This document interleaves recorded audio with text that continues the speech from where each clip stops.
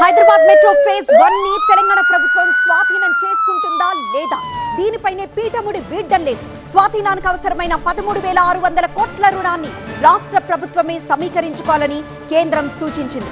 Hyderabad metro phase 1 స్వాధీనం, phase 2 విస్తరణకు కలిపి రుణం తీసుకోవాలని చెప్పేసింది కేంద్రం.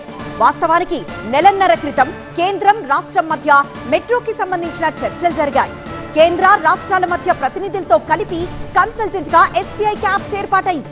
తెలంగాణ తరపున ఐఏఎస్ జయేష్ రంజన్ ని ప్రతినిధిగా నియమించింది రాష్ట్ర ప్రభుత్వం.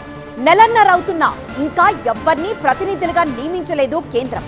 ఇప్పుడు రాష్ట్రమే నిధులు సమకూర్చుకోవాలని చెప్పడంతో మళ్లీ మొదటికి మెట్రో స్వాధీన ప్రక్రియ వచ్చింది. హైదరాబాద్ మెట్రో ఫేజ్ 2 ని చేపట్టాలన్నది తెలంగాణ ప్రభుత్వ నిర్ణయం.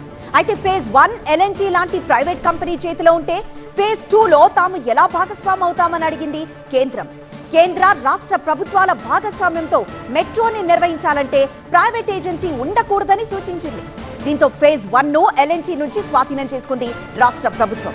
అయితే ఆ స్వాధీనానికి అవసరమైన 13,600 కోట్ల రూపాయలను రుణంగా ఇవ్వాలని కేంద్రాన్ని అడిగింది రాష్ట్రం. జైకా అనే విదేశీ సంస్థ నుంచి కూడా రుణానికి ఒప్పందం కుదుర్చుకుంది. అయితే ఆ నిధులు రాష్ట్రానికి రావాలంటే కేంద్రం అంగీకారం కావాలి. అప్పుడు ఐఆర్ఎఫ్సి ద్వారా నిధులు రాష్ట్రానికి వస్తాయి.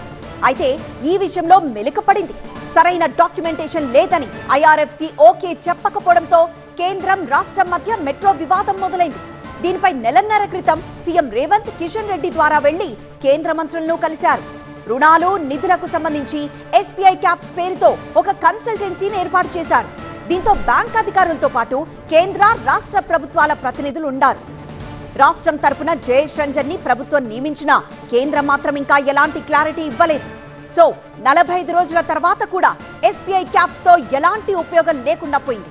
పైగా ఇప్పుడు 13,600 కోట్లు రాష్ట్రమే సమీకరించుకోవాలని కేంద్రం చెప్పడంతో మెట్రో పరిస్థితి మళ్లీ మొదటికొచ్చినట్లయింది. ఇప్పుడు ఆ నిధుల కోసం రాష్ట్రం ఎలాంటి ప్రత్యామ్నాయాలను చూస్తోందన్నదే ఆసక్తికర విషయం.